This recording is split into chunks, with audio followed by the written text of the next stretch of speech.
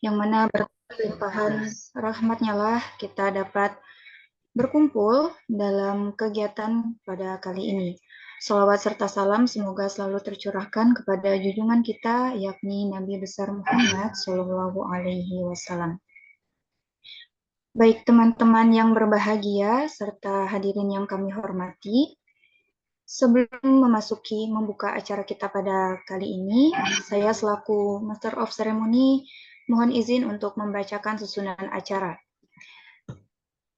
Pertama yaitu pembukaan, yang kedua sambutan perwakilan alumni peserta MTQ Karya Tulis Ilmiah Al-Quran, yang ketiga yaitu sambutan Ketua LPTQ Kalimantan Barat, yang keempat doa, yang kelima acara inti, yang keenam sesi tanya jawab, 7 foto bersama, dan ke-8 penutup. Baik, untuk membuka kegiatan kita pada malam hari ini, marilah bersama-sama kita melafazkan basmalah. Bismillahirrahmanirrahim. Acara yang kedua yaitu sambutan dari perwakilan alumni peserta MTQ Cabang Karya Tulis Ilmiah Al-Quran kepada Ananda Ferry Firmansyah. Kami persilakan. Kemarin, apakah suara saya jelas? MC Kak Kori. Alhamdulillah jelas Bang. Oke. Bismillahirrahmanirrahim. Assalamualaikum warahmatullahi wabarakatuh. Oke. Waalaikumsalam warahmatullahi wabarakatuh. Yang saya hormati, di sini ada Bapak Ketua Umum LPTQ Kalimantan Barat, itu Bapak Brigjen Pol Purnawirawan Dr. Handes Haji Andi Musa, SHMH. Yang saya hormati, semoga dalam keadaan sehat walafiat. Yang saya hormati Bapak Dr. Yusriyadi MA selaku Ketua Dewan Hakim KTIQ Kalimantan Barat. Yang saya hormati juga di sini ada Bapak Hepni Putra LCMAG selaku dosen IAIN Pontianak, serta Kak Saripaini Esos MA selaku Direktur Rumah Literasi dan Jurnal Fuad, dan yang saya banggakan yaitu Kak Musfia Saida Esos MSc selaku pemateri pada malam hari ini. Terima kasih kepada teman-teman semua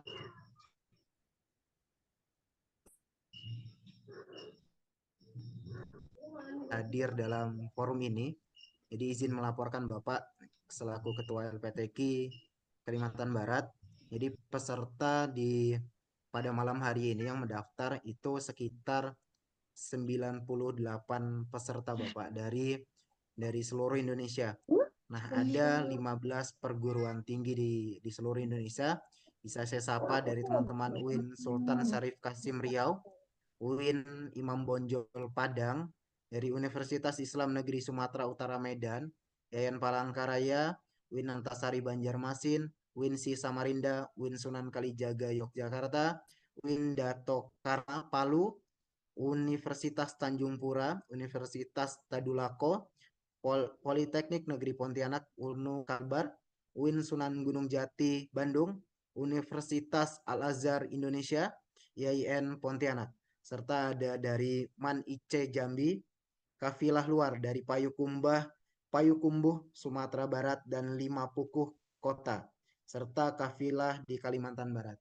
Jadi yang ikut di sini ada teman-teman kita dari mahasiswa di luar Kalimantan Barat, para penulis di Kalimantan Barat. Jadi terima kasih sudah bergabung di sharing session di Karya Tulis Ilmiah Al-Quran Kalimantan Barat. Dan di sini juga ada hadir pembimbing atau mentor KTIQ di Kalimantan Barat untuk udah bergabung di Zoom ini.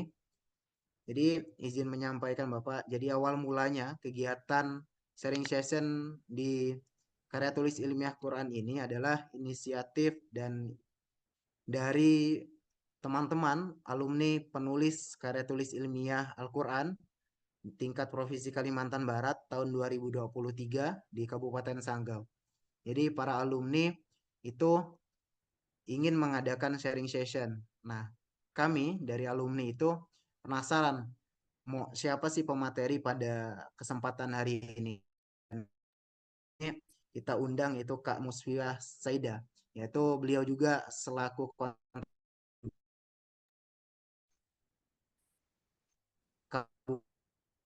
2022 itu saya belajar dari YouTube-nya Kak Musfiah. Saya belajar tahun 2022, saya di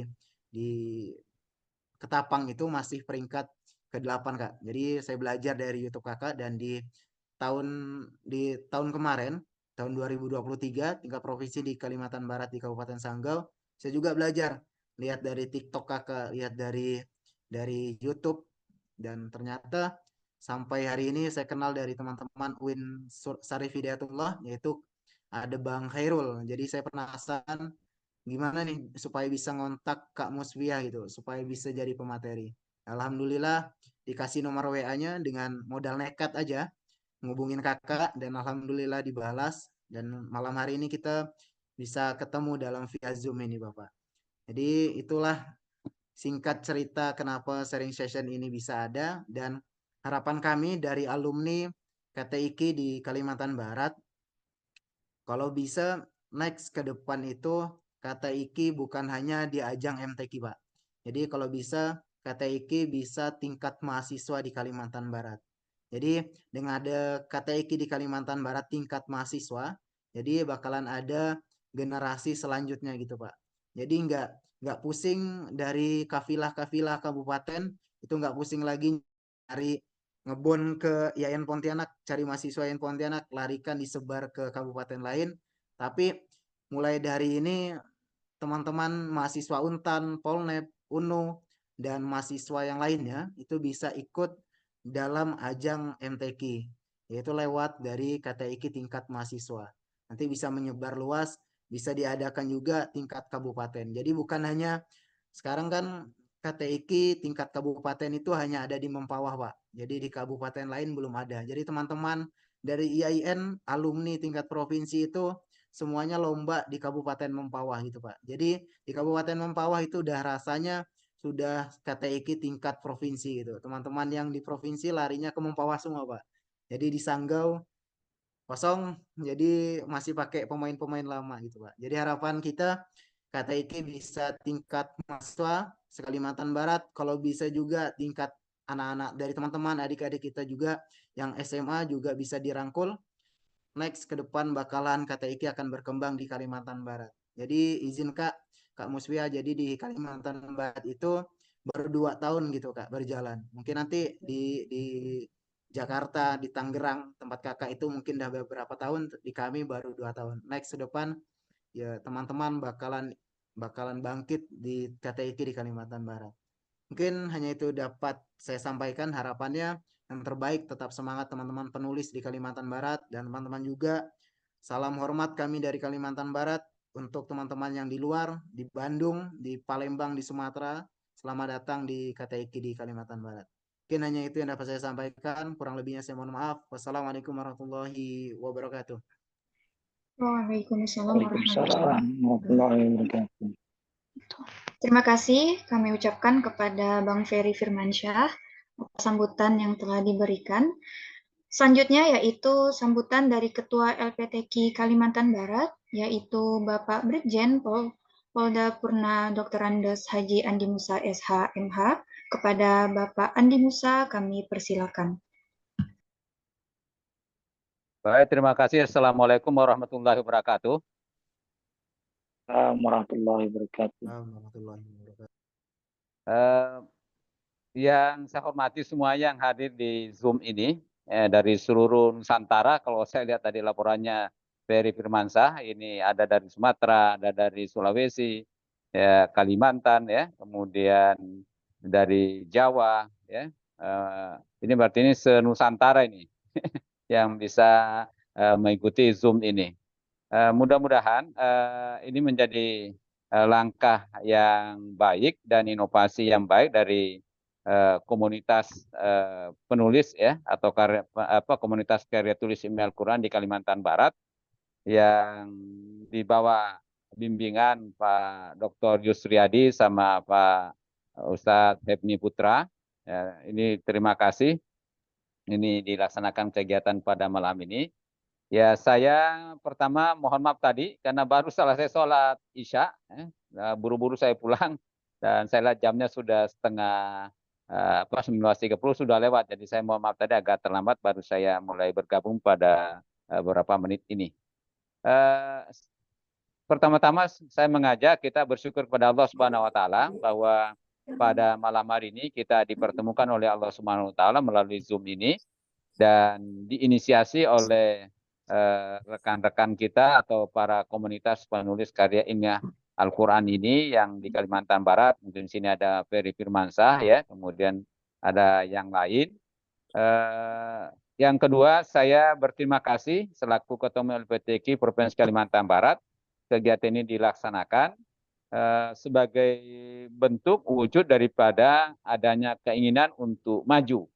Para penulis karya ilmiah Al-Quran di Kalimantan Barat, memang tadi disampaikan oleh Ferry Firmansyah bahwa untuk di Kalimantan Barat, kita memang ini ibaratnya kalau kemarin ada pemilu itu adalah kelompok pemula, kita di Kalimantan Barat mungkin juga termasuk kelompok pemula juga kita. Baru kelompok pemula, kurang lebih umurnya baru kurang lebih dua tahun kita laksanakan kegiatan ini dan insya Allah dengan kemauan yang kuat, keras dari kita semuanya, dari teman-teman ini para peserta KTIK yang di Kalimantan Barat ini terus menggelorakan, menggerakkan kegiatan ini, insya Allah akan muncul generasi berikutnya. Jadi memang bahwa tujuan LPTK dibentuk itu kan tujuannya adalah untuk meningkatkan pemahaman, penghayatan, dan pengamalan Al-Quran dalam kehidupan sehari-hari. Nah, oleh karena itu dilaksanakanlah bermacam-macam cabang lomba dalam rangka mewujudkan pengamalan, pemahaman, penghayatan, dan pengamalan Al-Quran itu. Misalnya ada tilawah, ya, kemudian ada hifzil Quran, kemudian ada syarhil, ada fahmil, ada khat, nah, kemudian sekarang ini ada yang sekarang kita gagas hari ini adalah karya tulis ilmiah Al-Quran. Jadi ini adalah salah satu bentuk atau wujud daripada pelaksanaan tujuan daripada lembaga LPTQ dibentuk di Indonesia. Oleh karena itu kegiatan LPTQ dalam rangka melaksanakan tujuan tersebut tadi itu dilaksanakan ada kegiatan yang pertama adalah menyelenggarakan MTQ di semua tingkatan mulai dari tingkat desa, kelurahan, kemudian kecamatan, kabupaten kota, sampai provinsi dan tingkat nasional. Kemudian yang kedua, melaksanakan pembinaan cabang-cabang lomba MTQ seperti tilawah, hifzil Quran, kemudian KTIQ dan seterusnya, seluruh cabang lomba MTQ. Kemudian yang ketiga adalah meningkatkan pemahaman, penghayatan dan pengamalan Al-Quran. Nah, jadi diharapkan dengan adanya MTQ, kemudian ada pembinaan, maka ujungnya, endingnya adalah bagaimana kita bisa mengamalkan nilai Al-Quran dalam kehidupan kita sehari-hari. Oleh karena itu kami mengajak khususnya rekan-rekan komunitas penulis karya ilmiah Al-Quran ini sebagai salah satu wujud daripada pengamalan atau pelaksanaan tujuan daripada LPTQ dibentuk. Kami sangat senang sekali dan bergembira tumbuhnya komunitas penulis ilmiah Al-Quran di Kalimantan Barat ini. Jadi saya terima kasih kepada teman-teman yang menggagas, dalam ini mungkin Ferry Firmansyah dengan teman-teman lainnya. Kemudian terima kasih juga nanti ini ada Mbak kita Muspia ya, yang Saidah yang insya Allah nanti akan berbagi atau sharing pengalamannya ya untuk teman-teman kita di seluruh Nusantara yang mengikuti Zoom ini. Dan mudah-mudahan ini menjadi amal jariah ya. Jadi jangan pelit dengan ilmunya. Insya Allah pasti tidak pasti akan menjadi amal jariah kalau ini menjadi ibadah bagi kita semuanya. Jadi harapan kita tidak menjadi takut disaingi gitu ya. Atau jadi justru kami niatnya adalah ibadah. Nah, maka insya Allah pasti akan bertambah, bukan berkurang. Ilmunya pasti akan bertambah. Jadi tidak ada rumus kita dalam Islam itu bersedekah itu minus. Tapi insya Allah pasti akan plus. Jadi insya Allah kami sangat berharap dan terima kasih kepada Mbak Muspia Saidah yang telah bersedia bisa menjadi narasumber dalam kegiatan Zoom malam ini untuk nanti kita simak bersama-sama. Dan rekan-rekan seluruh Nusantara ya tentunya kami terima kasih ikut bergabung di malam ini. Mudah-mudahan kegiatan kita malam ini memberi manfaat bagi kita semuanya dan Allah berkahi ridhoi apa yang kita kerjakan. Saya pikir itu mungkin Amin. dari saya sebagai sambutan dengan ucapan syukur alhamdulillah kegiatan ini bisa dilaksanakan. Semoga Allah meridhoi apa yang kita kerjakan. Amin. Wabillahi taufiq wal hidayah. Wassalamualaikum warahmatullahi wabarakatuh. Waalaikumsalam warahmatullahi wabarakatuh. Waalaikumsalam warahmatullahi wabarakatuh. Terima kasih kami ucapkan kepada Bapak Brigjen Andi Musa. Selanjutnya, sebelum memasuki acara inti, yaitu sharing session bersama Kak Mufia Saida, ada baiknya kita melantunkan doa terlebih dahulu yang akan dipimpin oleh Bang Hafizin. Kepada Hafizin kami persilakan. Tes, apakah suara jelas?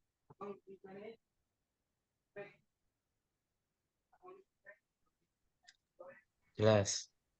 Jelas. Oke, alhamdulillah. Bismillahirrahmanirrahim. Assalamualaikum warahmatullahi wabarakatuh. Waalaikumsalam warahmatullahi wabarakatuh. Alhamdulillahirabbil alamin wassalatu wassalamu ala asrafil anbiya'il mursalin sayyidina Muhammadin wa ala alihi wa sahbihi ajma'in amma ba'd. Terima kasih kepada MC yang telah memberikan kesempatan saya untuk membacakan doa dan mohon izin kepada seluruh peserta sharing session pada malam hari ini untuk saya mulai pembacaan doa pada malam hari ini. Semoga dengan pembacaan doa ini apa yang kita harapkan pada kegiatan malam hari ini diijabah oleh Allah Subhanahu wa taala. Amin amin ya rabbal alamin.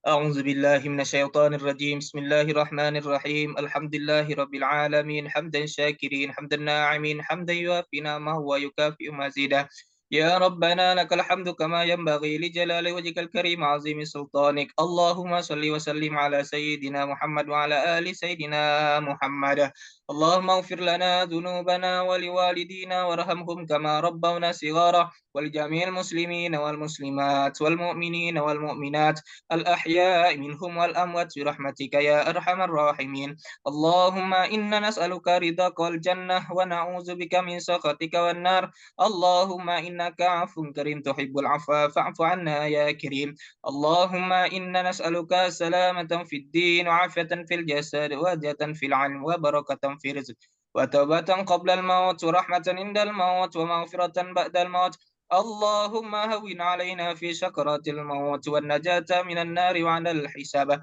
ربنا لا تزغ قلوبنا بعد إذ هديتنا وهب لنا من لدنك رحمة إنك أنت الوهاب ربنا هب لنا من أزواجنا وذرياتنا قرة أعين واجعلنا للمتقين إماما ربنا ظلمنا أنفسنا وإن لم تغفر لنا وترحمنا لنكونن من الخاسرين ربنا آتنا في الدنيا حسنة وفي الآخرة حسنة وقنا عذاب النار وصلى الله على سيدنا محمد وعلى آله وصحبه وسلم سبحان ربك رب العزة عما يصفون وسلام على المرسلين والحمد لله رب العالمين.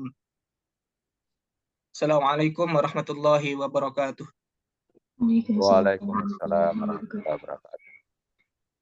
Alhamdulillahirrahmanirrahim. Demikianlah pembacaan doa. Yang selanjutnya adalah acara inti, yaitu acara sharing session. Kita panggilkan Kak Musfia Sayyida SOS MSI. Sudah bergabung bersama kita. Assalamualaikum, Kak. Waalaikumsalam warahmatullahi wabarakatuh, Kori dan teman-teman semuanya. Alhamdulillah. Apa kabar Kak Musfia? Alhamdulillah baik, teman-teman di sini semoga juga semuanya baik ya. Dari mukanya kayaknya happy-happy semua ya, Kor ya. Semoga Alhamdulillah, ngantuk Kak. juga, karena mungkin di daerahnya sudah malam. Ya, sebelumnya kami ucapkan terima kasih ya Kak sudah berkenan untuk mengisi kegiatan kita pada kali ini. Kami berharap kami dapat mendapatkan insight baru dari apa yang Kakak bagikan pada malam hari ini. Mungkin langsung saja ya Kak, boleh dimulai kepada Kak Musfia, kami persilakan. Baik, terima kasih banyak. Assalamualaikum warahmatullahi wabarakatuh. Waalaikumsalam warahmatullahi wabarakatuh. Pertama-tama saya ingin berterima kasih, senang sekali Ferry bisa diundang ke sharing session kali ini. Yang saya hormati, salam kenal Bapak Dr. Andi Musa. Terima kasih telah diundang ke teman-teman LPTQ Kalimantan Barat. Salam hormat dari Jakarta, Pak. Sehat selalu ya, Pak ya. Yang saya Terima hormati kasih. juga para pembina di sini ada Pak Hepni dan teman-teman lain di sini para bilangnya apa nih, kakak-kakak mentor atau alumni atau apa nih bilangnya? Intinya saya mengapresiasi nih Pak Hepni, luar biasa sekali anak-anak mudanya mau melakukan regenerasi dan mengajak adik-adiknya semua untuk belajar sehingga regenerasi KTIK ini nggak putus gitu ya. Terima kasih banyak. Tadi sudah bicara juga bareng Ferry. Ini konsepnya gimana nih Fer? Kita mau ngobrol atau pakai materi dulu di awal? Tapi mengingat Ferry cerita di sini masih baru Kak gitu. Lalu supaya teman-teman ada gambaran, kita santai saja ya teman-teman. Perkenalkan dulu, nama saya Musfia Saidah, dipanggilnya Vivi. Kenapa dipanggil Kak? Memang gradien usianya masih sangat tipis. Saya masih jadi dosen muda. Jadi kalau kata mahasiswa masih kayak mahasiswa gitu Pak Andi. Jadi kadang mahasiswa manggil juga masih Kak. Karena mukanya nggak jauh beda sama mereka. Em, Iya, iya. saya dulunya juga alumni KTIK. Kalau dulu namanya mungkin Pak Hepni ingat namanya bukan KTIK tapi MMQ, Musabakoh Makalah Ilmiah Quran gitu. Iya, Dan dulu sistemnya pakai mesin tik, jadi masih zaman megalitikum banget gitu ya, masih pakai mesin tik. Tapi alhamdulillah di tahun 2017 kalau nggak salah diubah sistemnya jadi pakai komputer dan pakai laptop gitu ya. Baik, kita ngobrolnya biar tambah ada gambaran. Saya sambil share PPT, tapi ini PPT-nya singkat dan santai saja. Saya coba kasih gambarannya pakai contoh, jadi harapannya teman-teman juga bisa sambil mencernanya lebih mudah gitu ya. Sudah terlihat Ferry dan teman-teman? Sudah, Sudah sudah. ya? Sudah, Kak. Iya. Baik. Sudah, Kak. Kita mulai dari sebelum kita ke apa itu KTIK, kan tak kenal maka tak sayang gitu ya. Pertama-tama saya mau cerita dulu di awal kalau jika hari ini teman-teman baru pertama kali kenal KTIK, jangan khawatir. Kenapa? Karena dulu juga saya nggak tahu apa-apa tentang KTIK gitu. Artinya semua memang dimulai dari proses yang namanya belajar. Terus tadi saya bersepakat dengan Ferry kalau misalnya KTIK itu jangan berhenti di cabang lomba aja begitu. Kenapa? Saya merasakan sekali nih Pak Andi, Pak Hapni, dan teman-teman semuanya. KTIK itu menjadi sebuah dasar yang bagus untuk kita nantinya teman-teman yang sarjana buat bikin skripsi. Yang nanti ada rencana S2 buat bikin tesis. Artinya, yang kalian pelajari di KTIK tidak hanya tentang MTQ, tapi juga tentang skill nulis untuk lomba-lomba lainnya gitu ya. Nah, kemarin juga Ferry minta CV saya, tapi saya nggak ngasih ya Fer ya. Saya lebih senang bercerita tentang track record. Kalau dipakai CV kayak kepanjangan gitu, jadi terlalu serius. Jadi saya memulai KTIK tahun 2016, itu di Tangerang Selatan, jadi provinsinya itu di Banten, dan itu juara berturut-turut selama 5 tahun. Nah, kenapa bisa konsisten selalu juara satu dalam 5 tahun terakhir? Nanti kita cerita di slide-slide berikutnya. Tetapi saya ingin memberikan gambaran di awal ke teman-teman kalau sebenarnya menulis itu harus diawali dengan sesuatu yang bahagia. Jadi ketika kalian mau belajar KTIK, harus happy gitu. Jangan karena aku harus menang, atau jangan karena pokoknya karena aku ditekan sama daerahku aku harus menang gitu. Jadi niat awalnya harus dirapiin dulu ya Pak Hepni, Pak Andi, kan segala sesuatu berawal dari niat begitu ya.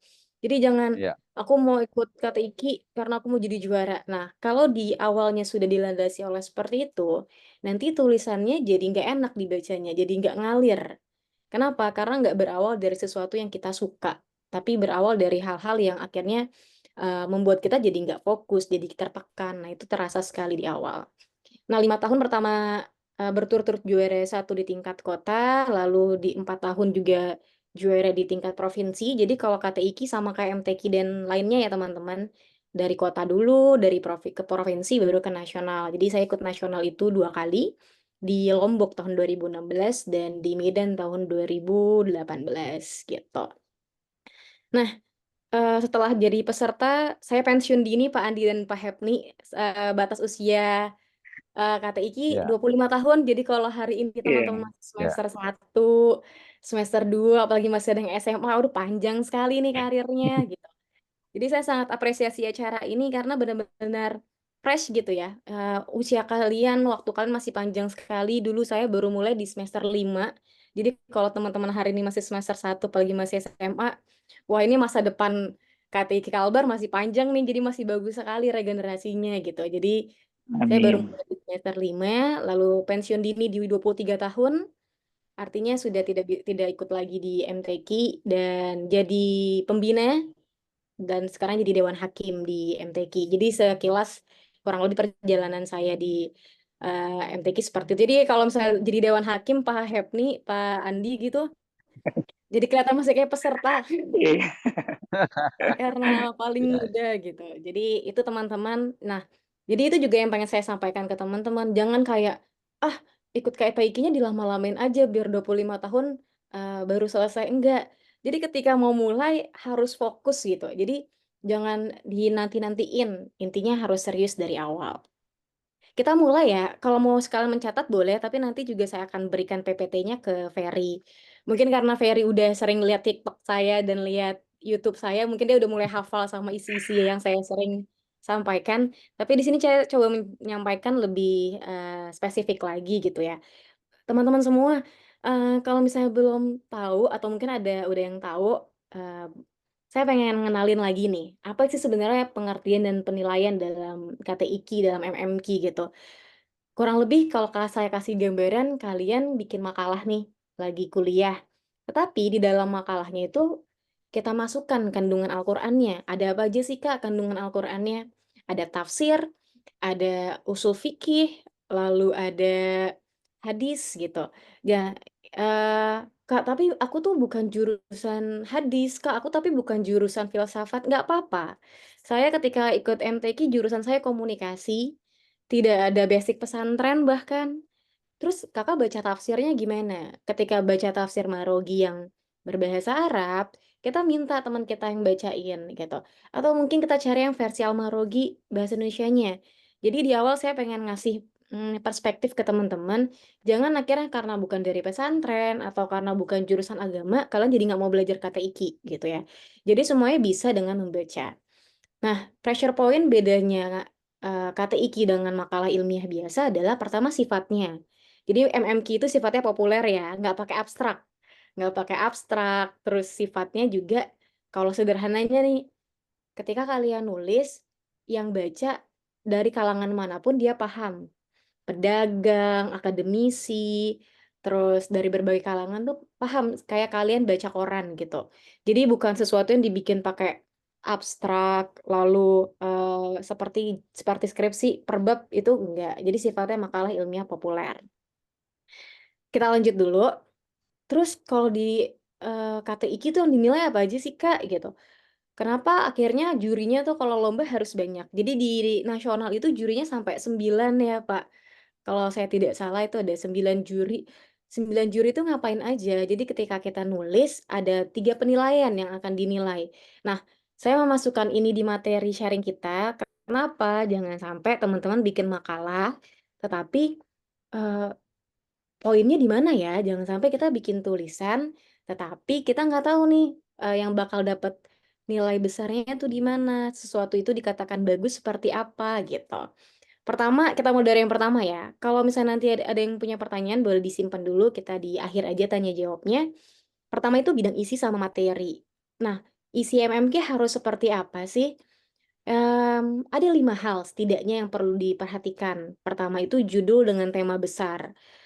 Kalau judul nih yang saya perhatikan di 3 tahun terakhir di tren MTQ baik provinsi maupun nasional 3 tahun terakhir tuh tidak jauh-jauh dari yang namanya teknologi, digitalisasi, itu tidak jauh tuh dari itu. Terus ketahanan keluarga, karena nasional sifatnya adalah pemerintah gitu ya. Jadi beberapa topik kadang-kadang diambil dari tren programnya pemerintah. Ketika saya nasional di Lombok, malah tema besarnya adalah revolusi mental. Karena saat itu Presiden Jokowi lagi kencengnya tentang itu begitu. Jadi kita harus siap dengan tema apapun. Saya anak komunikasi tapi bikin makalah temanya tentang terumbu karang, laut, terus ketahanan keluarga. Nah, ini akan membantu kita untuk membuat banyak karya gitu. Itu yang pertama. Yang kedua, bobot dan kebaruan gagasan. Sering sekali ketika saya jadi dewan hakim gitu, sebenarnya idenya bagus, tetapi sudah banyak yang pakai itu. Jadi ketika di bobot dan kebaruan gagasan, kita mikir lagi nih, apa ya fenomena yang baru? Misalnya ketika bahas tentang ketahanan keluarga. Kalau bahasnya pola asuh itu udah banyak banget teman-teman. Tetapi gimana kalau kita bahasnya fatherless? Ketika sosok ayah tidak ada di rumah, bukan karena sudah yatim, tetapi karena kita nyampe rumah nggak ngobrol sama ayah, misalnya kayak gitu. Jadi banyak banget topik-topik yang sebenarnya kalian udah mikirin nih, tinggal cari diksi-diksinya aja supaya lebih menarik. Dan seterusnya bisa dibaca, tetapi yang pengen saya tekankan di akhir adalah kekayaan referensi. Nah ini sering banget nih ditanyain kayak, Kak referensinya kalau mau bikin karya ilmiah tuh harus berapa sih, MMQ itu berapa gitu. Sebenarnya semakin banyak referensinya itu akan semakin baik. Tetapi saya pengen ngasih tips nih buat teman-teman, tapi tips ini didapat dari pengalaman. Jadi nggak ada buku teori MMQ sebenarnya. Jadi gini, ketika saya mencoba mengamati dari tingkat nasional, provinsi sama kota, ternyata kekayaan referensi itu tidak bisa dipungkiri, dilihat juga dari jumlahnya. Artinya ini pakai 25 referensi, ini pakai 30 referensi. Terus kekayaan itu apakah hanya sekedar jumlah, Kak? Enggak. Kekayaan misalnya gini, kalian nulis makalah, tapi cuman pakai satu tafsir, misalnya pakai tafsir Al-Misbah gitu. Tapi ada nih makalah lain yang pakai referensinya pertama menggunakan tafsir Al-Misbah, disupport lagi sama Al-Marogi, disupport lagi sama tafsir Munir, lalu dia juga masukkan perspektif dari sudut pandang kajian hadisnya, terus hadisnya juga pakai yang sahih, yang Bukhari Muslim, lalu dia tambahkan lagi dengan kaidah usul fikih. Nah, jadi kekayaan referensinya semakin terasa gitu. Itu yang menjadi poin penting dalam penilaian MMQ. Terus Kak, di KTIQ apalagi sih Kak? Emang cuma materinya doang? Enggak. Jadi kan sesuatu yang bagus itu indah gitu ya. Jadi kan kalau Islam juga mencintai keindahan. Nah, keindahan kan gak hanya tentang penampilan, tapi kalau di MMQ bilangnya tuh namanya gaya bahasa. Oh, berarti kalau misalnya gaya bahasa tuh harus puitis-puitis gitu ya, Kak? Enggak. Yang maksudnya gaya bahasa di sini adalah bagaimana ketika menulis itu tidak terlalu ilmiah, tapi tidak terlalu santai. Misalnya, boleh nggak sih Kak pakai loh, LHO boleh tapi miring. Tapi kan itu tidak populer gitu. Jadi kaidah gaya bahasa tuh seperti apa? Pertama, idenya. Kapan kita harus titik, kapan kita harus koma. Kapan ya digabung, kapan dipisah, diksi-diksinya seperti apa. Nah, ini penting banget buat dicek-cek lagi nih buku bahasa Indonesianya. Nah, terakhir penilaian tadi udah ada bobot isi materi, lalu tadi juga udah ada gaya bahasa. Yang terakhir, ini yang menurut saya cukup krusial, ini namanya logika dan organisasi pesan. Nah, ini berurut, jadi kalau misalnya bidang isi materi ini poin penilaiannya 40%, kaidah bahasa 30%, logika juga 30%. Logika tuh kayak gimana sih? Logika tuh kayak kita pernah nggak teman-teman nih kalau lagi nulis nih, kalau saya lagi ngoreksi makalah MMQ atau makalah mahasiswa nih, Pak Andi, Pak Hebni, itu sering Ya. banget mereka baru cerita misalnya pertama tentang teknologi. Kedua, bahasnya udah generasi generasi milenial. Ketiga, dia loncat lagi alurnya. Misalnya dia udah bahasnya ke topik yang lain. Nah, ini jadi nggak nyambung nih. Jadi ketika teman-teman mau nulis MMQ, ini ada satu tips yang selalu saya ajarkan ke adik-adik saya yang mau belajar adalah bikin outline. Bikin outline tuh kayak gimana sih? Kayak bikin mind mapping. Jadi pertama mau nulisnya apa, kedua mau nulisnya apa, ketiga seperti apa. Jadi bikin dulu petanya, sehingga nanti ketika mentok nih di tengah, kita tahu harus balik kemana. Nah ini bagian logikanya. eh Setelah nanti udah MMQ, udah menang, nanti 3 besar, 6 besar, kita ada presentasi, tapi ini saya lewati saja. Intinya ada babak presentasi, jadi kemampuan MMQ menurut saya lomba yang paling lengkap ya, teman-teman semuanya. Kita harus nulis lama selama waktunya kaligrafi, kita juga harus baca tafsir, kita juga harus baca buku. Nanti ketika presentasi kita juga harus orasi, bukan orasi, kayak anak syarahil nggak, tapi lebih ke bagaimana seorang akademisi menyampaikan presentasinya dengan baik dan santai, tapi kadang-kadang juga diminta ngaji gitu. Jadi paket lengkap sekali di MMQ ini gitu ya, apalagi nanti di makalahnya kita disuruh ngeprint dan nulis ayatnya pakai tulisan tangan. Jadi semua skill MTQ nampaknya komplit di cabang ini gitu. Nah, aturan umum. Tadi kan, oh jadi MMQ ada 3 polanya. Sekarang saya mau ke aturan umum, artinya terus makalahnya harus seperti apa. Jadi kalau teman-teman masih ada yang belum tahu atau baru pertama kali kenal MMQ, saya kasih gambaran sedikit. Ketika lomba, teman-teman punya waktu sekitar 8 jam untuk menulis 10-15 halaman di kertas A4 dengan margin 4433. Kak, apakah mungkin kita bisa melakukan itu? Mungkin karena kita sudah preparation dari sebelumnya. Jadi jangan bayangin lomba MMQ itu temanya dikasih di hari H. Wah, kalau itu saya juga nggak sanggup deh, Pak, kayaknya. Jadi tema MMQ sudah diberikan sebelumnya, jadi kalian bisa ngekonsep, bisa nyari buku, dan ketika lomba udah bawa nih buku-bukunya. Udah bawa bukunya, dan dikasih waktu untuk membuat makalah ilmiahnya semuanya.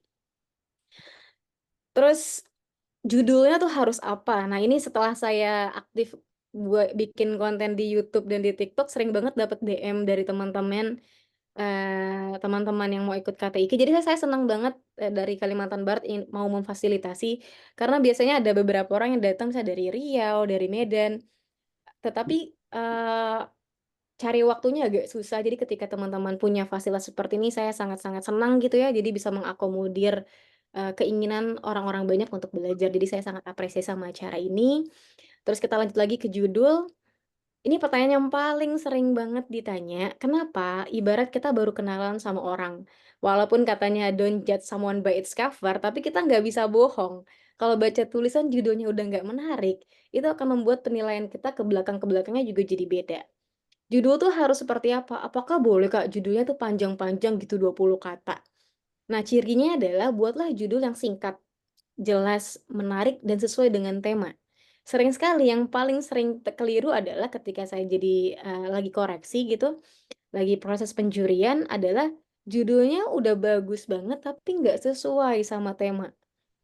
Atau yang kedua, judulnya dibuat seperti keren banget, misalnya kemarin ada judul algoritmik gitu. Algoritmik itu apa gitu? Apakah ketika mahasiswanya Pak Hepni atau mungkin nanti teman-teman di LPTQ apa Andi dikasih diksi algoritmik generasi milenial gitu. Ini apa? Qurannya di mana? Jadi jangan sampai kita terbawa ke karya tulisnya sampai kita lupa esensi Qurannya. Jadi karya tulis ilmiah Al-Quran adalah yang mengelaborasi keduanya. Jadi buatlah judul yang populer, singkat, dan relevan. Kita next dulu. Gini, coba nanti ketika saya tanya jawab, kalian kasih saya tema. Nah, nanti saya coba dari tema itu judulnya seperti apa gitu ya. Tapi supaya materinya bisa lengkap dulu dan pertanyaannya bisa lebih relevan, kita lanjut dulu ke bagian penting di MMQ. Itu ada beberapa hal, ada pendahuluan, isi, penutup. Sebenarnya ini rumus yang sering saya buat ketika ngisi pelatihan sebenarnya. Nggak akan jauh-jauh beda. Ada pendahuluan, isi, dan penutup. Pendahuluan tuh apa? Saya bikin rumusnya tuh madu. Kenapa madu? Biar manis gitu ya. Jadi tidak perspektif orang terkait MMQ itu mengerikan, pahit gitu, sulit. Pertama tuh masalah. Jadi awalnya masalah dulu. Ya, pertama tuh masalah dulu. Masalahnya apa? Misalnya kemarin tema yang diujikan itu tentang digitalisasi gitu. Transformasi digital kalau nggak salah. Dan ini juga jadi tema di beberapa provinsi. Kemungkinan bisa jadi juga akan dibawa ke tingkat yang lebih tinggi lagi. Misalnya transformasi teknologi. Masalahnya apa? Pertama, kok sekarang orang jadi main handphone ya? Yang dekat jadi jauh, yang jauh jadi dekat. Misalnya itu. Ayat Al-Quran seperti apa? Di Al-Quran kan kita diajarin nih supaya jangan meninggalkan generasi yang lemah. Apakah dengan determinasi teknologi ini akan membuat generasi kita jadi malah kecanduan sama gadget misalnya. Data pendukungnya apa? Bisa masukin data pendukung pengguna media sosial gitu. Jadi dibuat enak tuh. Ada masalah, ada ayatnya, ada datanya. Sampai nanti di akhir U-nya tuh bakal ketemu sendiri. Kalau 1 sampai 3-nya udah ketemu, pasti nomor 4-nya ketemu. Dari situ kita bakal tahu nih, oh iya ini jadi penting. Supaya apa? Supaya kita kalau misalnya punya teknologi, jangan membuat kita jadi kehilangan interaksi sosial kita, misalnya kayak gitu. Nah, biar kita nggak ngawang-ngawang, saya sekalian spill tulisan saya, tapi ini tulisan di 2019. Contoh contohnya tuh seperti apa? Kan kalau misalnya kita cuma bilang teori-teori kan gak asik ya teman-teman. Saya kasih apa namanya contohnya. Kenapa kok kakak mau sih kak ngasih contohnya? Nggak apa-apa kan buat belajar ya. Jadi dan teman-teman beberapa naskah MMQ saya itu dijurnalkan. Jadi jangan sampai kalian punya naskah MMQ itu selesai di laptop aja itu sayang banget. Jadi ketika punya naskah MMQ jurnalin supaya kebermanfaatannya lebih luas dan lebih diakui keabsahannya oleh dari level akademisi gitu. Kalian bisa baca masalah di latar belakang ini. Intinya saya ingin kasih gambaran bagaimana memulainya gitu. Saya memulai dengan kayak gini. Saat ini tantangan menjaga identitas di era keterbukaan informasi semakin besar. Waktu itu judulnya tentang manajemen privasi. Saya mengambil masalah ketika kok sekarang kita kalau misalnya punya misalnya sini di siapa ya? Aku sebut namanya deh biar lebih akrab sama peserta sini. Misalnya Putri nih dari IAIN Pontianak punya media sosial. Sekarang kan saya Putri temenan sama Angger. Angger. Terus ketika temenan lagi jalan bareng nulis nih locationnya lagi di mana gitu itu kan privasi sebenarnya atau misalnya Putri lagi jalan-jalan sama keluarganya terus bikin location nah itu bisa menimbulkan kecurigaan bahwasanya wah berarti di rumahnya Putri kosong nih nah kalau misalnya ada orang yang bermaksud jahat kan bisa tuh melakukan tindakan kriminal nah artinya apa privasi ini menjadi bias di media sosial misalnya ada yang semua informasinya lagi marah sama dosennya, lagi marah sama pasangannya, curhatnya di media sosial gitu ya. Mungkin teman-teman sering nih ngalamin kayak gini gitu, mungkin ada yang pernah. Nah, padahal kenapa itu jadi masalah? Nanti ketika di bagian berikutnya, saya kasih tahu nih, oh padahal di Al-Quran tuh ngajarinnya nggak gitu loh. Misalnya kayak apa? Misalnya kayak di Quran Surat Al-Kahf ayat 29, Al-Isra ayat berapa? Kak, kok ayatnya nggak ditulis? Iya, belum ditulis, bukan nggak ditulis. Kenapa belum ada di awal, Kak? Iya, jadi di awal itu saya lebih memfokuskan pada data, masalah, dan Al-Quran dalam versi yang menceritakan. Balik lagi sifatnya populer. Kalau tiba-tiba di halaman pertama kita udah masukin keluar ayat, bayangkan kalau misalnya yang baca itu tipe yang ih, kayaknya bakal serius banget nih gitu. Jadi kita buat dulu mood awalnya tuh untuk merangkul banyak orang. Kan Islam kan agama yang rahmatan lil alamin. Artinya dalam tulisan pun gitu. Kita udah mulai spill-spill nih. Al-Quran itu membawa banyak pesan. Semua solusi ada di sana. Ada banyak ayat di sana. Nah, spill dulu nih di awal ada apa aja. Terus Kak, ada apa lagi? Ada urgensi tadi yang madu tadi, ada urgensi. Urgensinya apa? Nah, ini yang saya kasih tips juga buat teman-teman. Sering banget latar belakang tuh gantung. Artinya nutup latar belakang kayak gimana ya Kak? Nah ini juga suka suka ditanyain kalau saya misalnya di DM atau lagi live TikTok gitu ya. Bikin latar belakang tuh kayak gimana sih gitu.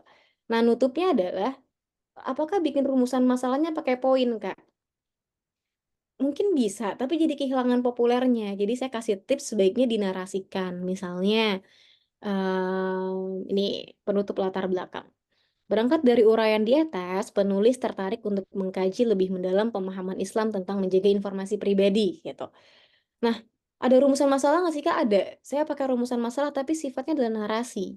Tetap pakai bagaimana, tetap pakai tanda tanya, tapi tidak dibuat poin, tapi dinarasikan seperti ini, gitu. Nanti kalian bisa baca lagi lebih lanjut. Ini udah akhir ya, terakhir udah terima kasih. Kak, kenapa sih Kak kok baru sampai latar belakang belum isi dan penutup? Karena latar belakang adalah kunci ketika kalian masuk ke isi, nanti juga tetap polanya sama. Dan ketika masuk ke penutup pun polanya juga akan sama. Tapi di awal saya pengen mengingatkan kembali dan mengulas pertama pentingnya membuat outline. Kedua, pentingnya untuk mencari judul yang sesuai dengan tema dan ada relevansi ke kajian Islamnya. Ketiga, ketika melakukan atau membuat makalah ilmiah Al-Quran, perkayal dengan referensi sehingga tidak kering tulisannya. Tidak kering maksudnya seperti apa? Dalam kajian isi, masukin berbagai perspektif. Jangan hanya dari satu sumber, tapi dari berbagai sumber. Dan yang paling penting di bagian akhir, bagian penutup, jangan lupa teman-teman bahwa penutup adalah jawaban dari rumusan masalah. Jadi ketika teman-teman di sini misalnya aku pakai 2 rumusan masalah. gimana fenomena dan gimana cara jaganya. Di penutup juga harus ada jawabannya.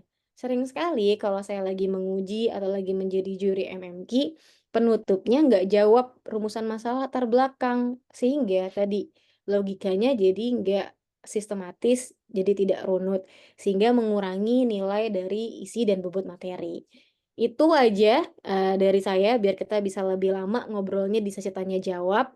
Balik lagi nih sifatnya santai. Terima kasih sekali lagi. Kalau misalnya mau ngobrol atau mau menjaga silaturahmi bisa follow ini Instagram saya. Tapi kalau teman-teman mau kepo lebih lanjut, kayak tadi temennya boleh lihat juga di YouTube-nya di KTIKI. Di YouTube KTIKI ada di Musfia Saidah. Terakhir, karena di sini ada perwakilan dari pembina, perwakilan dari ketua LPTQ, saya ingin menutup di Jakarta, di Tangerang, di Banten, yang biasa saya mengisi materi, sama seperti yang sudah kalian lakukan sekarang. Jadi benar-benar kalian tidak tertinggal, walaupun baru mulai 2 tahun, ini sudah satu langkah yang sangat-sangat baik untuk diteruskan, tetapi perlu maintain. Artinya, ketika hari ini nih teman-teman kakak-kakak nih ya, udah ada adik-adik nih yang mau ikutan nih, ada banyak. Coba nanti kakak-kakaknya ngajarin ke adik-adiknya, dan yang penting nih buat ketika lomba siapa lagi ya yang mau diajak. Caranya adalah ini yang biasa saya lakukan ketika habis ngisi pelatihan, coba minta mereka untuk membuat tulisan sederhana lalu kalian baca. Nanti misalnya tiba-tiba butuh peserta atau mau ada seleksi, kalian tahu siapa nih yang kira-kira potensial. Jadi ketika lomba pesertanya nggak itu lagi, karena semua orang berhak dapat kesempatan. Jadi jangan lupa belajarnya jangan stop di malam ini aja, diterusin, diseriusin. Itu aja dari saya, kurang lebihnya mohon maaf. Assalamualaikum warahmatullahi wabarakatuh. Waalaikumsalam Waalaikumsalam Waalaikumsalam warahmatullahi warahmatullahi wabarakatuh. wabarakatuh. Terima kasih Kak Musfia atas sharing yang telah diberikan. Jadi di sini kita dapat Waalaikumsalam warahmatullahi wabarakatuh. kita dapat insight baru dari Kak Musfia bahwasanya kalau kita menulis itu harus dibawa enjoy, happy, kita harus senang, ikhlas gitu ya, jangan karena tekanan gitu kita diminta untuk ikut lomba, kita dituntut untuk menang, sehingga tulisan kita menjadi tidak enjoy gitu, dan kita pun merasa tertekan. Kemudian terima kasih juga Kakak telah membagikan tips-tips menulisnya. Selanjutnya mungkin kita akan langsung ke sesi tanya jawab. Mungkin di sini udah banyak ya teman-teman yang menyimpan beragam pertanyaan nih untuk ditanyakan dan didiskusikan bersama Kak Musfia. Untuk teman-teman yang ingin bertanya, boleh diketikkan di kolom komentar, nanti akan saya pilih. Di kolom komentar, Kak. Ya, Mau di kolom komentar atau mau raise hand aja? oh boleh, kalau mau raise hand, nanti saya tinggal pilih orangnya. Boleh? Silakan. Saya, Kak. Oke, di sini ada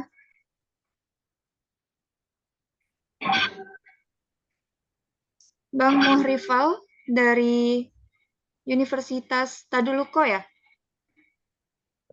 Tadulako. Oke. Ya, kepada Bang Muhammad Rifal dipersilakan. Baik, terima kasih. Sebelumnya saya ucapkan kepada moderator, izinkan saya memberikan pertanyaan. Sebelumnya, perkenalkan nama saya Rifal. Saya dari Universitas Tadulako, tepatnya berlokasi di Sulawesi Tengah, Kota Palu. Nah, di situ tadi bahwasanya Kak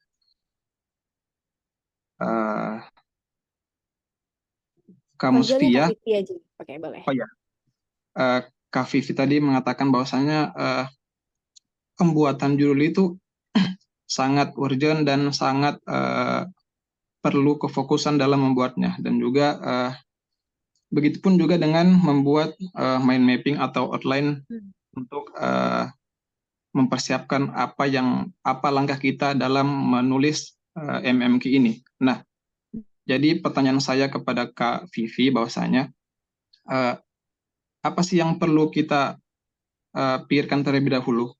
Membuat judul dari makalah itu sendiri atau membuat mind mapping dari proses makalah yang mau kita buat?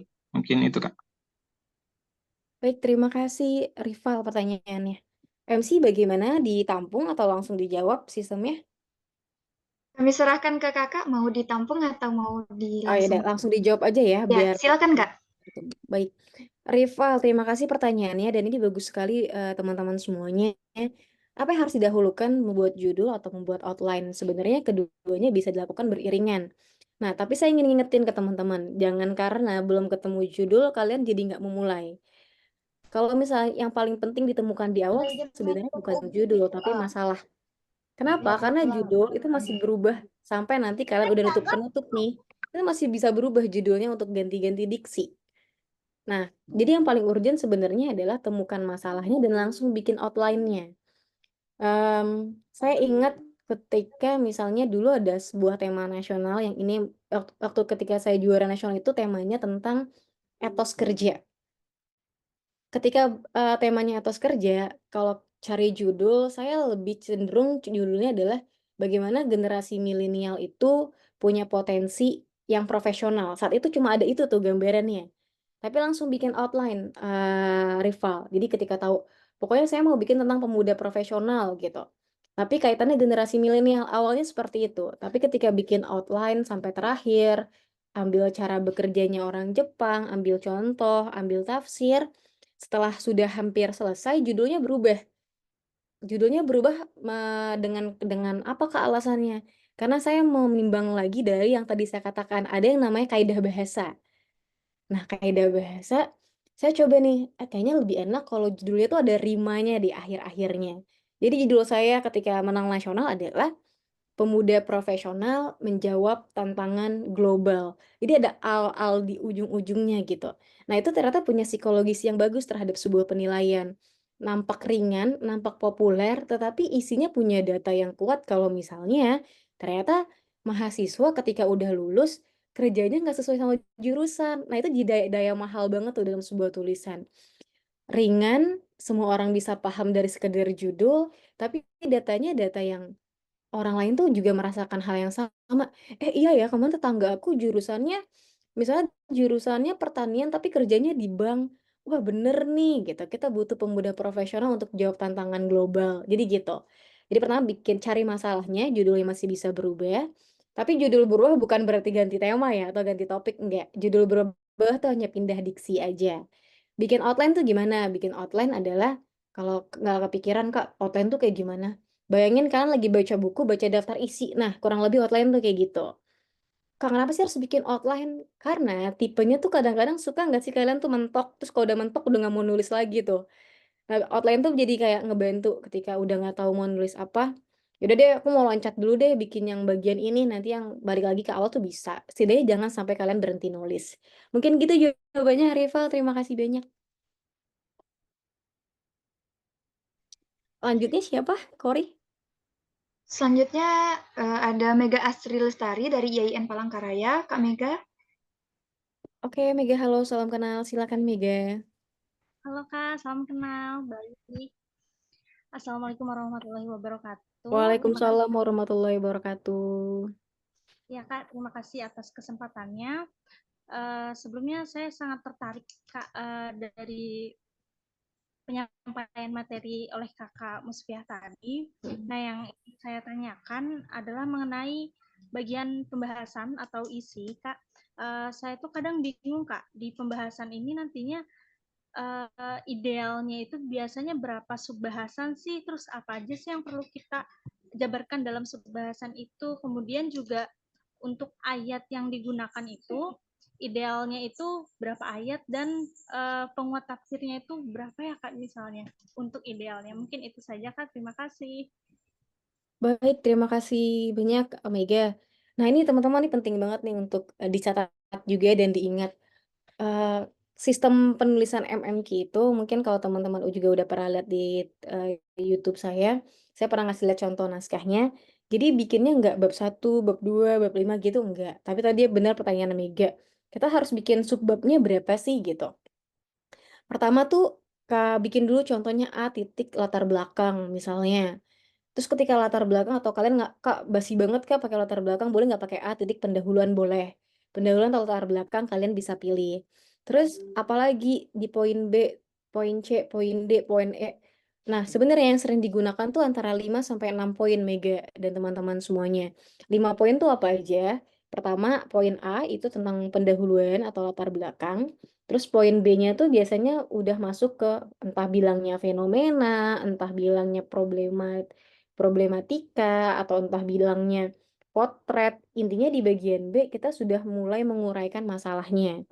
Terus Kak, habis poin B, poin C sama D-nya apa? Poin C ngejawab rumusan masalah kalian yang pertama, poin D jawab rumusan masalah kalian yang kedua. Nah, terus tadi kan Kakak bilang bisa 5 poin, bisa 6 poin, maksudnya apa? Nah, kalau kalian masalahnya sampai 3, berarti bikin lagi tuh poin E-nya buat rumusan masalah yang ketiga. Intinya, di poin terakhir itu ada namanya penutup, gitu. Jadi, berapa banyak poin yang harus kita buat, balik ke berapa banyak pertanyaan yang kalian buat di rumusan masalah yang tadi, gitu ya. Terus tadi pertanyaan keduanya, tafsirnya idealnya ada berapa, referensinya ada berapa, dan lain sebagainya. Sebenarnya kalau kita bilang ideal, yang saya pelajari biasanya tiap provinsi itu punya gayanya masing-masing nih, Pak Andi ya.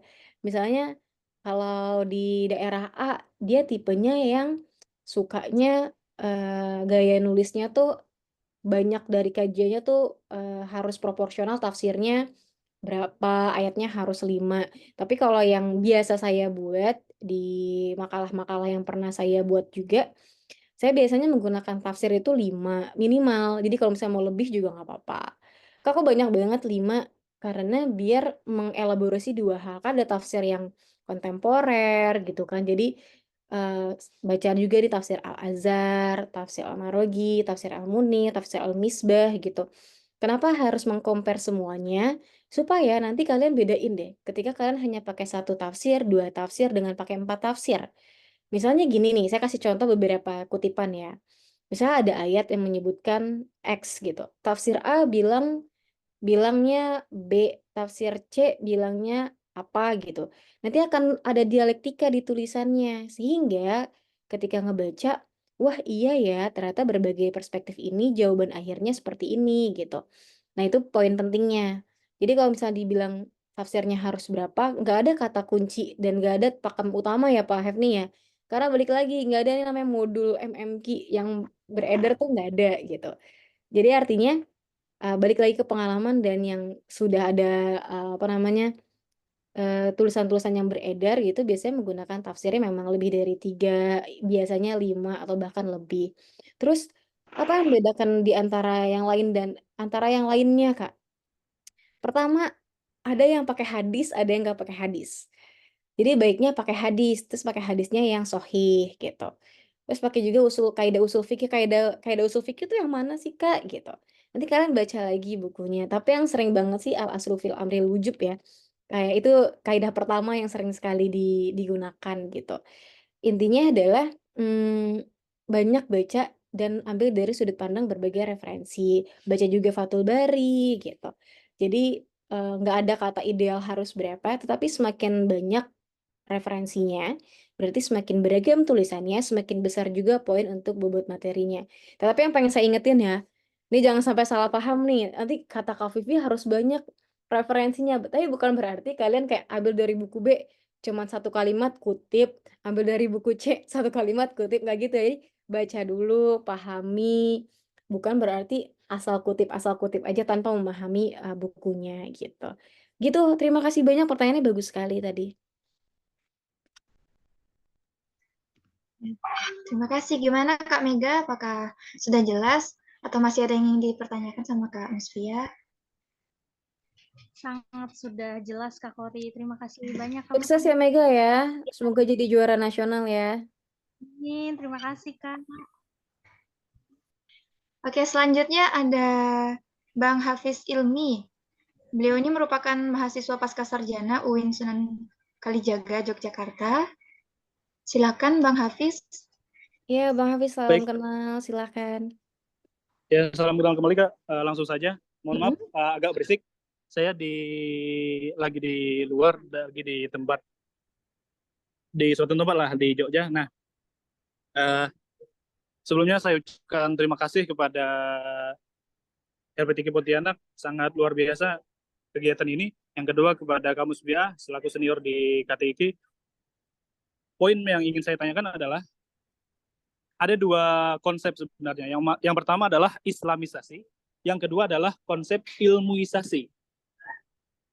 Untuk di makalah atau yang sekarang berubah menjadi karya tulis ilmiah Al-Quran, itu harusnya berbentuk Islamisasi atau berbentuk ilmuisasi kan?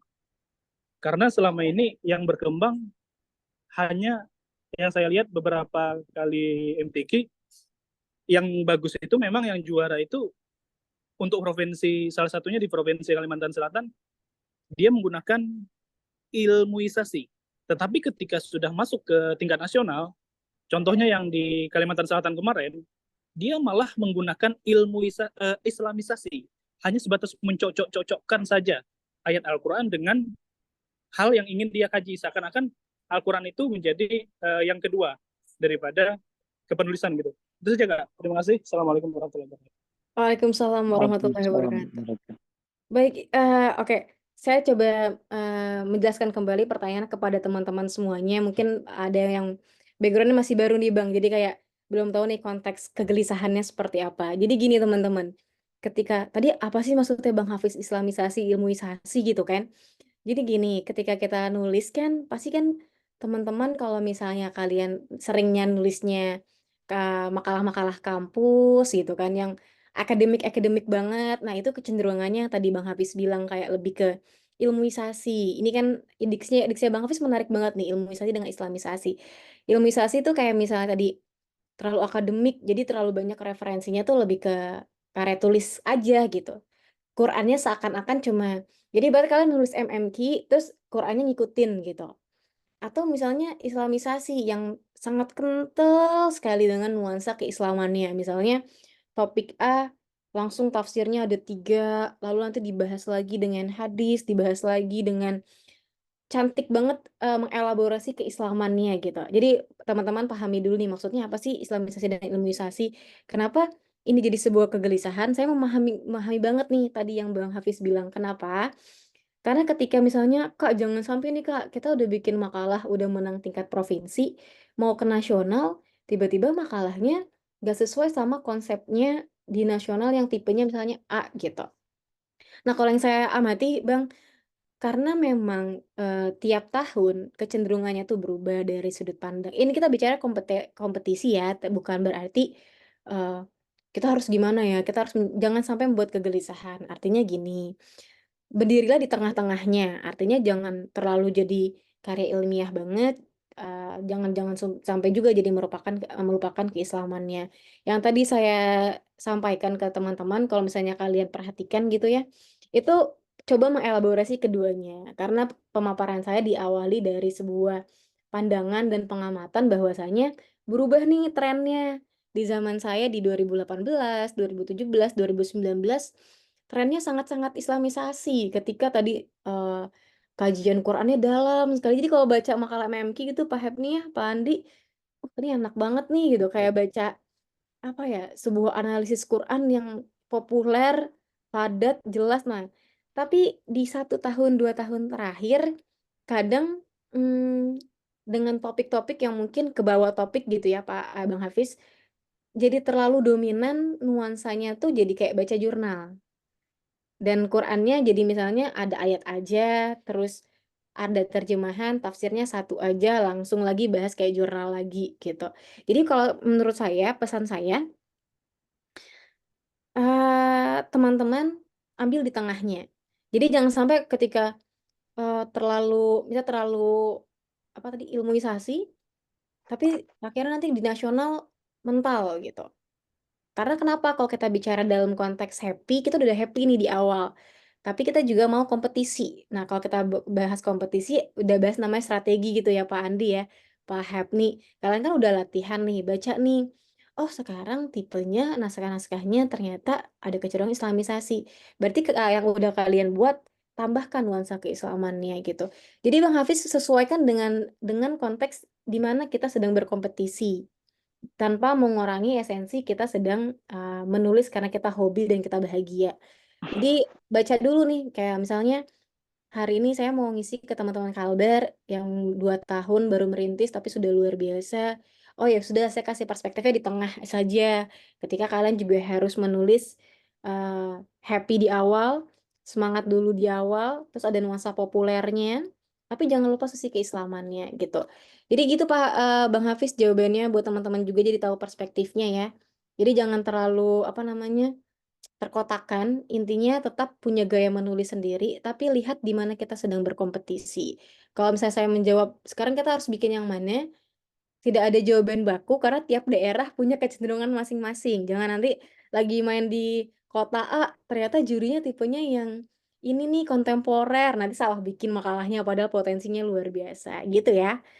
Itu yang bisa saya jawab. Balik lagi ke MC Kori, terima kasih. Terima kasih, Kak. Bagaimana Bang Hafiz? Sami-sami Bang Hafiz. Ya, itu sudah jelas ya Bang Hafiz ya. Kemudian kita lanjutkan ke penanya selanjutnya, yaitu Kak Putri Kurniani dari IAIN Pontianak, Kalimantan Barat. Silakan Kak. Tadi ada raise hand ya. Baik Putri, silakan.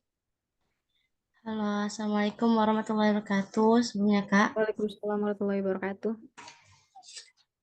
salam kenal sebelumnya. Nama saya itu Putri Kurniani. Saya dari IAIN Pontianak, Kak Pipi.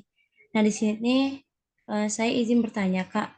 Untuk referensi yang kita bawa untuk lomba itu, apakah ada jumlahnya gitu, Kak? Ada batasannya? Dan apakah boleh, misalnya ini dari provinsi tersebut tuh menentukan 2 tema, misalnya kan, terus ada ketahanan keluarga atau apa ya, elektronika gitu lah Kak. Transformasi digital bukan? Digital gitu Kak. Nah jadi tuh ketika misalnya saya ini mengambil ketahanan keluarga misalnya, terus di dalam problemnya itu, permasalahannya itu, saya juga memasuki tentang itu tadi Digitalnya. digitalnya. Nah itu apakah boleh? Atau memang kita harus memang terpaku dengan ketahanan keluarga itu aja. Oke, sekian terima kasih Kak. Baik, terima kasih pertanyaannya. Nah, buat teman-teman juga semuanya. Sepertinya saya menduga 2 tema ini akan jadi tema yang digunakan di banyak provinsi atau bisa jadi jadi tema nasional, ketahanan keluarga dan transformasi digital. Kak, apakah kedua tema ini harus kita mainkan? Nah, kalau misalnya di tempat teman-teman berlomba melakukan sistem namanya semifinal, berarti keduanya akan tetap ditulis. Misalnya tema pertama untuk babak penyisihan, tema kedua untuk babak semifinal gitu ya. Tapi kalau tipe misalnya kalau di Ferry, kalau di Kalbar 1 sesi atau ada semifinal, Fer? Penyisihan habis itu langsung final, Kak. Nah, kalau penyisihan langsung final, itu biasanya pilih salah satu dan pilihlah tema yang kalian paling yakin dan paling dominan. Kak, tapi ketahanan keluarga sama digital tuh tipis banget tau Kak, kalau aku mau bahas ketahanan keluarga, tapi ada nuansa digitalnya, soalnya mau bahas anak yang sering main gadget, terus orang tuanya jadi kehilangan peran, misalnya kayak gitu. Nah, ini masuk ke tema mana nih Kak? Nah, lihat lagi, temanya lebih dominan yang mana, kan sudut pandangnya beda tuh, mau lihat sudut pandang dari sisi teknologinya kah, atau sudut pandang dari pola asuh keluarganya, gitu. Kak, apakah nanti Dewan Hakimnya akan mempertanyakan tema yang mana?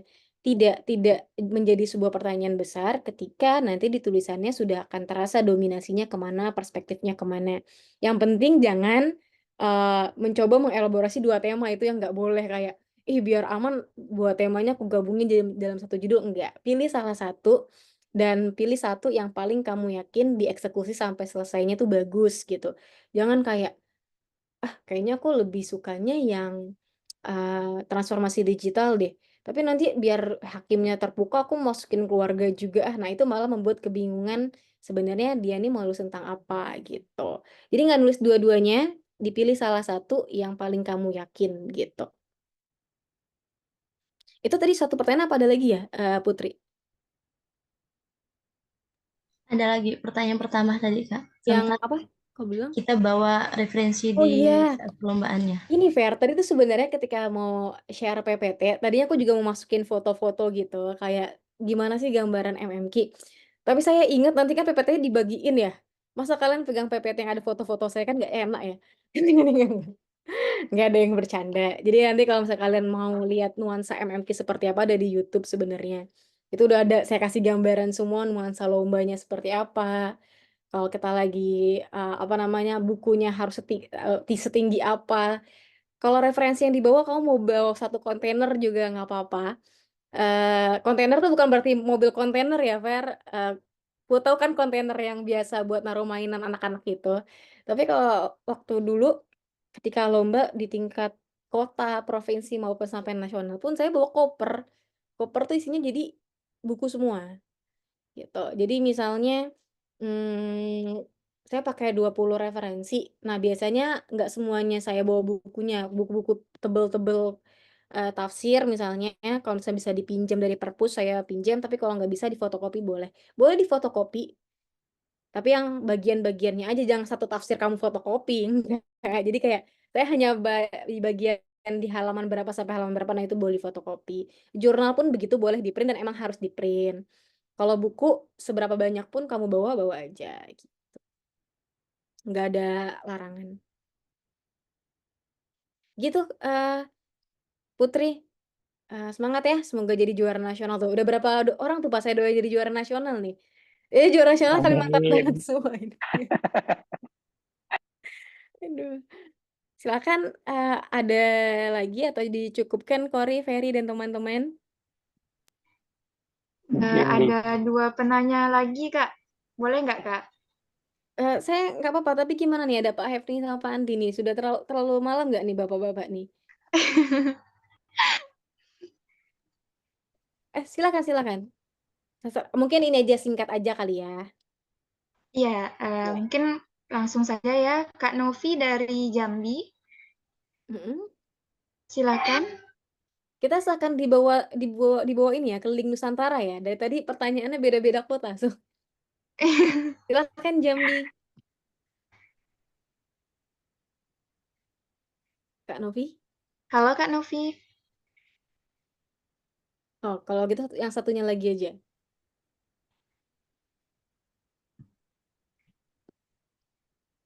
Halo? Tadi ada ini ya. Bentar Kak. Sepertinya ada yang chat tadi. Oke. Oh, bukan di sini. Langsung saja ya, Kak Nadia tadi Nadia. ingin bertanya. Silakan Nadia. Dari IAIN Pontianak, Kalimantan Barat. Silakan. Bismillah. Mungkin sebelumnya ini pertanyaannya udah ada sedikit terjawab di beberapa segmen pertanyaan. Saya sedikit mencurahkan kegelisahan saya ketika 2 kali mengikuti MTQ provinsi. Pertama Kak, karena kan background dari saya pribadi itu adalah penulis jurnal ya Kak ya. Karena awalnya itu kan sebelum namanya KTIQ kan MMQ yang tadi Kakak juga sempat Kakak singgung di awal. Di awal itu sempat kayak bukan buklet sih, kayak kan setiap mata lomba itu ada arahnya ya, dari judul, dari judul dan lain-lain sebagainya, tema. Nah itu di awal itu kan namanya MMQ. Ketika di hari H lomba itu namanya KTIQ. Dan seperti yang Kakak bilang, emang tidak ada template secara khusus gitu kan. Apakah ini tuh yang diinginkan Dewan Hakim itu seperti apa kayak gitu. Jadi bagi saya pribadi, kalau mengacu kepada mata lomba yang namanya karya tulis ilmiah Al-Quran, berarti kan itu sifatnya ilmiah ya Kak ya. Nah, dan saya itu karena mengacunya ke sana, makanya setiap lomba saya membawakan narasi yang sifatnya ilmiah, yang sifatnya penelitian seperti itu Kak. Mungkin di situlah letak kegelisahan saya pribadi kayak gitu. Apakah ketika saya mengacu kepada karya tulis ilmiah Al-Quran yang sifatnya penelitian ilmiah, atau model naskah-naskah keagamaan saja kayak gitu. Nah, seperti yang sudah saya lihat dari beberapa finalis yang mempresentasikan karyanya, dan kebetulan saat MTQ 30 kemarin itu ada bukunya ya, jadi kita bisa melihat hasil tulisan teman-teman finalis. Gitu. Nah, dan itu ketika saya baca, oh ternyata mungkin tulisan saya ini lebih cenderung kepada jurnal kayak gitu, kepada kepenelitian ilmiah. Sehingga di sini saya sudah menemukan sebenarnya di tahun ketiga ini, oh ternyata yang diinginkan oleh Dewan Hakim sepertinya naskah-naskah keagamaan. Walaupun di satu sisi saya merasa, oh padahal saya sudah menganalisa beberapa tafsir, mungkin lebih dari 5 tafsir. Kok tulisan saya seperti ini ya, kayak gitu. Bagaimana sih sebenarnya yang diinginkan oleh Dewan Hakim? Karena ketika mengacu kepada buklet ataupun dari awal itu nggak ada yang bentuknya, oh ini bentuknya nanti yang diinginkan oleh Dewan Hakim bentuknya jurnal ataupun makalah kayak gitu. Karena secara awal itu nggak ada teknis yang harus paling cuman halamannya, kemudian katanya ada berapa, tidak boleh lebih, tidak boleh kurang, seperti itu kan tidak ada spesifikasinya seperti itu. Jadi di sini saya ingin menanyakan kegelisahan saya gitu. Apakah ketika kakak berpengalaman menjadi peserta dan menjadi Dewan Hakim, sebaiknya seperti apa kayak gitu. Mungkin hanya itu Kak, sedikit saya mencurahkan kegelisahan saya pribadi. Terima kasih Kak. Baik, terima kasih banyak Nadia. Nah, buat teman-teman yang pernah ikut lomba KTIK, tadi juga Ferry cerita pernah ikut lomba juga, dan teman-teman semua juga mungkin ada yang mau ikut lomba, akan ikut lomba, atau mungkin ada yang belum ikut lomba. Nah, tadi kegelisahan Nadia tuh bagus sekali untuk memberikan gambaran kepada kita bahwa sebenarnya template-nya sebenarnya mau kayak gimana sih nih KTIK dan MMQ gitu. Karena bisa jadi bukan hanya ketika lomba, tapi ketika lomba di tempat lain berubah lagi, ketika di kota lain berubah lagi, di provinsi lain berubah lagi gitu. Jadi kayak kenapa nggak ada pola bakunya begitu. Nah, apakah harus dibuat dengan format jurnal? Tidak, tidak pakai format jurnal. Kenapa? Tadi yang seperti Nadia sudah evaluasi juga, ternyata MMQ itu dia sifatnya kalau dibilang naskah keagamaan sebenarnya tidak juga. Yang paling ideal dan memberikan konsep bagaimana MMQ sebenarnya kalau kalian baca koran. Koran yang sedikit ada kecenderungan keislaman bisa Republika tuh masih ada nggak ya Pak ya? Yang versi online sepertinya masih ada ya? Ada. Masih ada. Kayak kalian baca, mungkin baca Kompas juga bisa, tapi Kompas versi belum dielaborasi ke keislaman. Jadi bahasanya populernya dapat dulu nih. Kenapa? Kemarin saya jadi Dewan Hakim, terus ada salah satu peserta makalahnya ada versi jurnalnya kayak gini. Sebagaimana yang disampaikan oleh narasumber MR. Nah, itu tuh baru pertama kali tuh saya menemukan hal itu gitu. Dia seakan-akan melakukan wawancara. Tapi ketika ditanyakan di babak final gitu ya, ternyata dia nggak wawancara, dia ngutip itu dari jurnal yang lain. Nah, itu perdebatan akhirnya. Jadi, buatlah sepopuler mungkin, artinya apakah jadi jurnal nggak boleh? Sebenarnya perspektif jurnal bagus sekali buat MMQ. Tetapi jangan dilupakan bahwasanya adalah karya tulis ilmiah Al-Quran, ada Al-Quran di belakangnya. Jadi menurut saya, Nadia, jangan sampai kamu jadi kehilangan, tadi kan suka nulis jurnal ya, nggak apa-apa, tinggal dibuat lagi versi populernya. Tapi saya punya tips. Ketika akhirnya sudah merasa terlalu ilmiah dan akademik banget, gimana ya ada sentuhan biar lebih populernya? Pertama, baca buku, tapi buku yang sifatnya adalah eh, yang pengembangan diri untuk dapat bahasanya dulu nih, bahasa yang populer tuh seperti apa. Ketika udah baca buku-buku yang populer, ketiga ini tips yang jarang saya bagikan juga, saya tuh baca puisi. Baca puisi tuh buat apa? Buat dapat bahasanya. Kalau misalnya judulnya keluarga kan biasa, tapi kalau kita tambahkan misalnya keluarga inti, nggak menarik. Gimana kalau kata inti kita ganti sama kata batih, keluarga batih. Maknanya sama, tapi logika penerimaan pesannya, terus ketertarikannya tuh jadi beda. Jadi baca modal kamu udah bagus banget karena suka nulis jurnal, ini modal mahal. Tinggal bagaimana disesuaikan dengan gaya MMQ. Pertama, baca buku populer. Kedua, cari diksi-diksi yang menarik. Ketiga, jangan lupa untuk elaborasinya yang tepat untuk kajian keislamannya. Gitu Nadia, pokoknya jangan patah semangat, dicoba terus ya. Semoga lancar. Ini yang ketiga kali nih, Pak. Semoga juara nasional gitu. Juara nasional ada 6 kan, Pak? Ada harapan kan. Jadi bisa lah kita sampai 6 kali nih doanya nih. Lanjut terakhir mungkin ini ya. Putri. Silakan Kak Pratiwi Amalia Putri. Putri.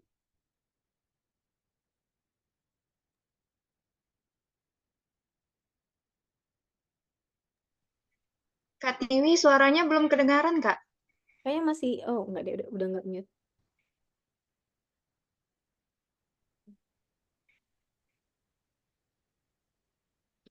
Apa ada kendala audio, Putri? Tes, udah kedengaran belum? Oh ya, sudah. Oke. Sebelumnya terima kasih kepada MC telah memberikan kesempatan kepada saya untuk bertanya. Izin bertanya Kak ke Kak Musia. Yang pertama itu saya ingin bertanya terkait latar belakang. Tadi kan Kakak ada menjelaskan bahwa di formula di petrol itu ada madu, ya masalah, Oh, ada langsung hafal ya rumusnya ya. Baik, terus? tapi dukung sama urgensi Kak. Nah, yang ingin saya tanyakan di sini adalah kalau di dalam karya tulis ilmiah Al-Quran MQ ini, apakah ketika kita menyantumkan penelitian terdahulu di pendahuluan itu bagus Kak sebagai pembeda tulisan kita dengan penelitian tulisan-tulisan dahulu. Terus tadi kan Kakak ada ini kan Kak menurut kita untuk masih satu tema, satu contoh tema, dan Kakak akan Ya, coba. Nah, yang ingin saya tanyakan itu terkait kayak tema transformasi digital. Jadi bagaimana Kakak mengangkat tema transformasi digital itu dari judul, dari outline, dan sebagainya Kak. Sekian dari saya, terima kasih. Baik, terima kasih banyak pertanyaannya Putri. Pertama tadi sebelum kita ke tema dan sebelum kita ke judul, tadi Putri di awal bertanya tentang tadi kan tentang madu ya, tapi lebih perspektifnya kan novelty. Boleh nggak sih pakai kajian terdahulu? Boleh teman-teman. Karena kalau misalnya teman-teman memasukkan kajian terdahulu berarti menguatkan kalau ini tadi kebaruan gagasannya ada. Tapi yang perlu diperhatikan, hati-hati meletakkan kajian terdahulu. Artinya jangan apakah kajian terdahulu kita bikin tabel ya Kak? Kan kalau deskripsi pakai tabel tuh Kak misalnya. Atau nggak pakai poin 1, 2, 3, enggak. Balik lagi kayak bikin rumusan masalah. Tidak harus tapi sebaiknya dinarasikan. Misalnya beberapa penelitian kayak kalian bikin jurnal aja. Penelitian sebelumnya lebih banyak membahas digital dari sudut pandang teknologi. Seperti penelitiannya A, B, C, kamu sebutin dulu 5. Namun dalam tulisan kali ini penulis maunya apa gitu. Boleh, tapi pesan saya dinarasikan kalau mau pakai kajian terdahulu. Yang kedua, temanya kita samain aja, misalnya temanya transformasi digital. Dengan tema seperti itu, kalau saya jadi peserta saya mau bikin apa? Transformasi digital. Misalnya saya punya kertas kosong sekarang gitu ya, transformasi digital. Balik lagi, saya nggak akan bikin judul resmi, tapi saya bikinnya dari masalah. Kalau bilang transformasi digital, kita bisa mengambil dari sudut pandang yang paling menarik sekarang tuh data terbarunya kan data pengguna media sosial. Jadi saya masih belum dapat nih masalahnya apa. Tapi saya bakal nge-Google dulu nih. Data pengguna media sosial sekarang tuh terbanyak penggunanya siapa sih? Misalnya penggunanya dapatnya remaja. Nah, dari situ saya muncul lagi nih outline kedua, poin kedua, mapping kedua. Oh, kalau remaja, masalah remaja hari ini tuh apa ya? Oh, krisis identitas misalnya. Kenapa krisis identitas, Kak? Buktinya sekarang remaja, kalau teman-teman semuanya ada yang punya Instagram nggak? Pasti punya kan? Tapi di sini siapa yang punya Instagram tapi juga punya second account? Ayo, siapa? Nah, buat bapak-bapak nih yang nggak tahu nih ya, second account tuh punya akun media sosial, tapi dia punya lagi nih Pak, lebih dari satu. Kalau yang pertama buat pencitraan, yang kedua buat suka-suka Pak biasanya. Jadi kalau tadi dibalik Kakak mau bikin tentang apa tadi itu tentang transformasi digital, tetapi saya nggak mau bikin tentang teknologi karena udah kebanyakan. Saya bakal mikir, peserta lain juga paling bahasa teknologi lagi, handphone lagi, handphone lagi. Tapi saya nggak mau orang kata data pengguna media sosial yang banyak remaja, saya mau cari masalah remaja. Terus saya cari tahu, ternyata remaja sekarang kehilangan identitas. Wajar sekarang dikit-dikit insecure bunuh diri kan? Kenapa? Nah, bisa tuh tambahan lagi data bunuh diri. Kok jadi bagus sih ide saya? Wah, ini jangan sampai dipakai nih. Enggak, jadi bercanda. Jadi itu pertama, tadi lihat cara saya mengatur tulisannya. Saya tidak terpaku lama untuk mikir judulnya apa, tapi langsung cari masalahnya apa. Dari cari datanya dulu. Data dapat remaja identitas. Terus kan karena kita suka nonton TikTok gitu ya, sekarang lagi ngetren bukan ngetren ya, itu tren yang tidak baik, insecure tiba-tiba bunuh diri. Coba cari data bunuh diri, match nggak tuh? Jangan-jangan bener lagi data bunuh diri terbanyak malah di remaja. Apakah ada pengaruh media sosial di sana? Kalau dia berarti bahaya medsos tuh nggak cuman karena waktu yang habis. Karena nih kalau saya jadi juri ya Pak, pasti ujung-ujung solusi yang dikasih adalah diet media digital lagi, detox medsos lagi, itu sudah sangat biasa gitu. Jadi solusi baru nih harus muncul gitu. Nah, jadi itu outline yang pertama dan yang alurnya akan seperti itu. Nanti kalau di akhir kita misalnya bisa bikin judul deh di akhir gitu. Misalnya jadi apa ya? Saya suka bikin judul tuh yang ada